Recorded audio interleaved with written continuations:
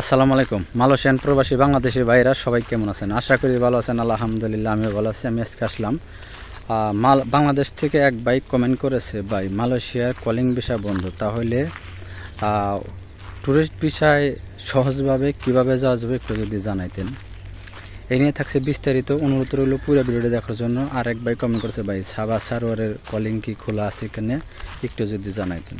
তবে ভাই সর্বপ্রথম কথা হলো, আপনারা যারা সাবা সারোয়ারের বিষয়ে আসবেন অবশ্যই একটু ভাইবে চিন্তে আসবেন, কারণ সাবা সারোয়ারে কোনো মিল ফ্যাক্টরি নেই, শুধু পাম বাগান আর পাম বাগান। ওই জায়গায় কৃষি খামারের কাজই বেশি হয়। যাই হোক,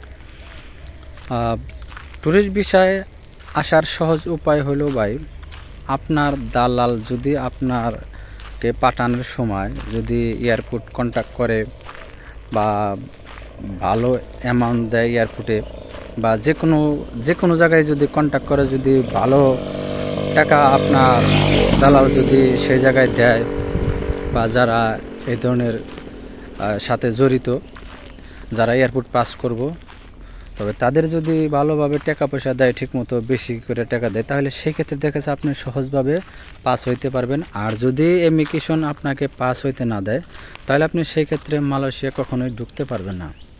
ট্যুরিস্ট ভিসায় ডকুমেন্টস হলো, যদি আপনি প্রকৃতভাবে ট্যুরিস্ট করতে আসেন বা ঘুরতে আসেন মালয়েশিয়া বা যে কোনো প্রান্তে আপনি যান, পৃথিবীর যে কোনো রাষ্ট্রেই যান, যদি আপনি ঘোরার জন্য যান সত্যি, তাহলে সেই ক্ষেত্রে আপনার অরিজিনাল ডকুমেন্টস আপনার নিজেরই সব কিছু দেওয়া লাগবে।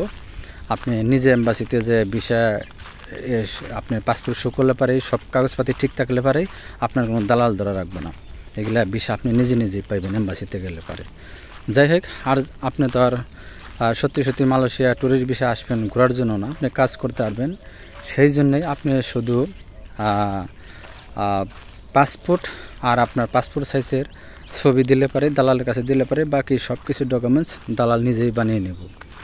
আর যারা সত্যি মালয়েশিয়া ট্যুর করবার আসছেন, তাদের ডকুমেন্টস অনেক কিছুই লাগে। আপনার ব্যাঙ্ক স্টেটমেন্ট লাগে, আপনার কাজ করেন বা না বিজনেস করেন, এগুলা লাইসেন্স লাগে, কাজ করেন সেটার ছুটির লেটার লাগে, এরপরে আপনার কত টাকা স্যালারি পান সেই স্যালারির একটা পেপার লাগে, অনেক কিছু লাগে। আর আপনি তো আর অত ঘুরতে আসবেন না, আপনি কাজ করতে আসবেন। সেই ক্ষেত্রে দেখা গেছে আপনি এজেন্ট দালাল দেখালে শুধু পাসপোর্ট দিলেই হয়ে যাবে, আপনি আর বাকিটা তারাই বানিয়ে নেবে, আসতে পারবেন। সেই ক্ষেত্রে দেখা গেছে আপনার 3.5 লক্ষ 4 লক্ষ টাকার মতো খরচ হইব আসতে। যদি আপনাকে এয়ারপোর্টে আটকে দেয়, দেখা গেছে যদি পাস না হইতে দেয় ইমিগ্রেশন, তাহলে সেই ক্ষেত্রে দেখা গেছে আপনি কখনোই মালয়েশিয়া প্রবেশ করতে পারবেন না বা মালয়েশিয়া ঢুকতে পারবেন না। আর যদি আপনি বাইরে আসতে আসেন, সেই ক্ষেত্রে দেখা গেছে যদি আপনার দেখা গেছে থাইল্যান্ড দিয়ে ঢুকা লাগে, যদি আপনি বাইরে আসতে আসেন, থাইল্যান্ড বা ইন্দোনেশিয়া দিয়ে আপনি ঢুকবেন বা ঢুকাইব, থাইল্যান্ড বা ইন্দোনেশিয়া দিয়ে আপনাকে যদি প্রবেশ করায়, তাহলে সেই ক্ষেত্রে দেখা গেছে ওই বর্ডারে যারা দায়িত্বে থাকে বা যারা আছে, যে অফিসার আছে, তাদের সাথে কন্ট্যাক্ট থাকে। যদি যার সাথে কন্ট্যাক্ট থাকে সেই যদি থাকে ওই সময় মতো যদি আপনারা আসেন, তাহলে সেই ক্ষেত্রে আপনারা ঠিকঠাক মতোই পাস হইতে পারবেন। আর যদি অফিসার চেঞ্জ হয়, তাহলে সেই ক্ষেত্রে দেখা যাচ্ছে আপনাকে কখনোই পাস হইতে দেবো না। সব দিক দিয়ে ঝামেলা আছে। তবে ট্যুরিস্ট বিষয়ে যারা আসবেন অবশ্যই একটু ভাইবে চিন্তা আসবেন, সতর্কভাবে আসবেন।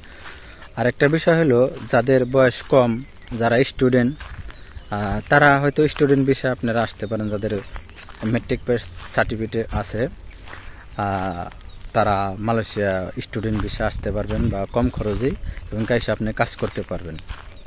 আপনি 3 বছরের কন্ট্রাক্ট স্টুডেন্ট ভিসা, আপনি আইসা যে কোনো জায়গায় আপনি পার্ট টাইম করতে পারবেন। আবাসিক হোটেলে, রেস্টুরেন্টে 4 ঘন্টা আপনারা পার্ট টাইম করতে পারবেন। তবে 4 ঘন্টা পার্ট টাইম করলেই আপনার বেশি লাগে না। স্টুডেন্টকেও অনেক ওভার টাইমে অনেক বেতন দেয় পার্ট টাইমে। যাই হোক, তবে আশা করি আপনারা বুঝতে পারছেন। আর যারা সাবা সারোয়ার আসবেন অবশ্যই একটু ভাইবে চিন্তায় আসবেন, ঠিক আছে? সাবা সারোয়ারের বিষয় এখনও সিদ্ধান্ত হয় নাই। তবে অনেকেই বলবা লাগছে মেডিকেল হয়ে যাবে, মেডিকেলে শুরু হয়ে গেছে। তবে এগুলা হয়তো মিথ্যা। তবে এখনও মালয়েশিয়ার বাংলাদেশিদের জন্য কোনো কলিং খোলা হয় নাই বা কোনো কলিং এখনও চালু হয় নাই। তবে আপনারা যারা দালালের সাথে লেনদেন করবেন অবশ্যই একটু সতর্কভাবে লেনদেন করবেন, সবাই ভালো থাকবেন, সুস্থ থাকবেন। দেখা হবে মনে কোনো নতুন ভিডিওতে। আল্লাহ হাফেজ।